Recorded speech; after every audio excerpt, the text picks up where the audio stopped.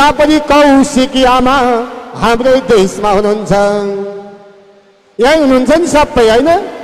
पाशुपति क्षेत्र गुह्येश्वरी, भुवनेश्वरी माता, पिङ्गला देवी, गौरी घाट, गोकर्णेश्वर महादेव सबै यही हिमवत खण्ड नेपाल महात्मामा सबै बतायो। अनि कुशेश्वर अस्ति धेरैले हात उठाउनु भएको थियो कुशेश्वर पुगेको छु भनेर। कुशेश्वर थाहा छ नि? पुग्नु भएको छ। हामी तीर्थाटन गर्दा कुशेश्वर कौशिकीको दर्शन गर्छौँ। आदिलिङ्ग ज्योतिर्लिङ्गेश्वर, आदिलिङ्गेश्वर कुशेश्वर कहाँ पर्छ थाहा छ? रामेछाप काभ्रे सिन्धुलीको सङ्गम स्थल जहाँ कुशेश्वर महादेव हुनुहुन्छ। कुशेश्वर महादेवको, कुशेश्वर महादेवको, त्यसै कारण कुशेश्वर पनि आई। अनि कुशेश्वर भन्दा नि माथि अर्को देवस्थल पनि छ नि। हजुरहरू कतिको पुग्नु भएको छ? अहिले धेरै हामी तीर्थ जान्छौँ। खाडा देवी याद छ? थाहा रहेछ कोही बेला? खाडा देवी मेरो जन्म जिल्लामा पर्छ, रामेछाप। खाडा देवी एकपटक पुग्नु होला। त्यहाँ पनि पवित्र जग्गा छ खाडा देवी। अर्को किन छ? अग्लेश्वर महादेव, रामेछापै हो। आमाको घर रामेछाप हो। धन्य हो। त्यसका अर्को प्रचलित देवी देवता हुनुहुन्छ। प्रचलित भोले बाबा सम्मत सदा शिवजी हुनुहुन्छ। शिवजीको शिरमा माथिबाट तप तप तप दुधको थोपा झरिरहन्छ। त्यो कहाँ हो थाहा छ? रामेछाप जिल्लाको शैलङ्गेश्वर महादेव जो मेरो जन्म ठाउँ हो। त्यही भएर त्यही शैलङद्वारा दोरम्बा शैलङ भन्ने नाम अहिले पालिकाको नाम छ। चर्चित महादेव हुनुहुन्छ शैलङ्गेश्वर महादेवको। किनभने हामी नेपालकै सुन्दैछौँ, नेपालकै वर्णन गर्दैछौँ।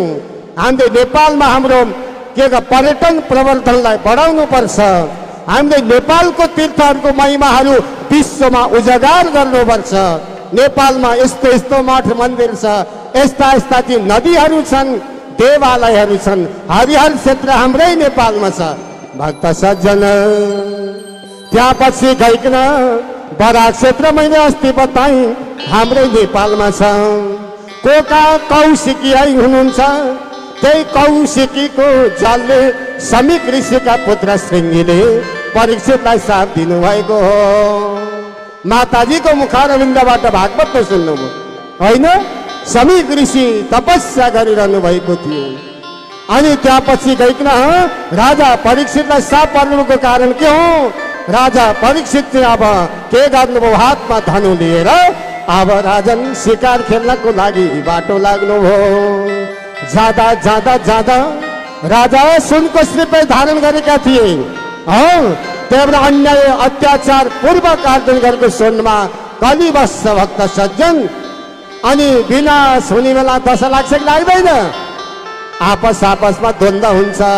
विनाशकाले विपरीत बुद्धि, नासिने बेलामा आउँदैन शुद्धि। शुद्धि बिग्रिन्छ। त्यहाँ पनि सुनको श्रीपेट घमण्ड चढेको एउटा ऋषि तपस्यामा हुनुहुन्थ्यो समीक। अनि ऋषिलाई लिएर गएर ऋषिको साथमा गए, ऋषि मलाई तिर्खा लाग्यो, मलाई पानी दिनुहोस् न। ऋषि बोल्दैनन्। किन नबोलेको थाहा छ? ध्यानमा हुनुहुन्थ्यो।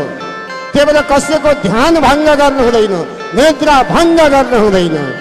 ए ऋषि मलाई तिर्खा लाग्यो, जल दिनुहोस्। बोल्दैनन्। मानिसलाई घमण्ड चढेपछि के गर्ने राजन? फेरि दोहोऱ्याएर बोल्नु, ए ऋषि मलाई जल दिनुहोस्। दिँदैनन्, बोल्दैनन्, आँखै खोल्दैनन्। राजालाई घमण्ड चढ्यो। म जस्तो देशको राजाले आखिर के मागेको? पानी, जल मागेको न हो। तिर्खा लाएर धन सम्पत्ति मागेको थिएन। यो आज म जस्तो राजाले जल माग्दा केवल ब्राह्मण पानी दिनु त कता हो? आँखै खोल्दैनौ, बोल्दै बोल्दैनौ भने ब्राह्मण तिमी त जिउँदो लास समान रहेछौ। अब यो जिउँदो लासलाई ए राजन मरेको लासको माला पनि साह्रै राम्रो सुहाउँछ होला। राजाको हातमा धनु थियो, अनि पर जानुभयो। मरेको बडे मानको सर्पलाई भेट्नुभयो ज्वरोका उठाएर राजन। अब परीक्षित गइकन राजा ती ऋषिको गलामा राजाले मरेको सर्पको माला लगाइदिनु भयो। लागिसक्यो त विनाश। राजा बाटो लागि राजन मैले सम्झे बताएँ भागवतमा यहाँले अस्ति सुन्नुभयो माताजीको मुखारविन्दबाट। अनि समीक ऋषिका छोरा को हुन्? श्रृङ्गी। कौशिकी नदीको तटमा खेलिरहेका थिए।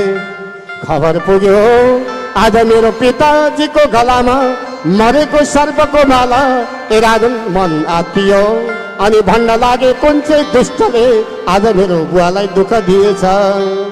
कौशिकी नदी कल कल कल बगिरहेकी थिइन्। राजन त्यही जललाई चट्टा हातमा दिनुभयो। तत्काल श्राप दिनुभयो। श्राप कस्तो दिनुभयो भन्दा आज मेरो पिताजीलाई जुन दुष्ट आत्माले मरेको सर्पको माला लगाएर दण्ड दियो भने राजन आजको 7 दिनको दिनमा त्यस दुष्टलाई पनि तक्षक नाम गरेको सर्पले ढसेर मर्न पर्यो।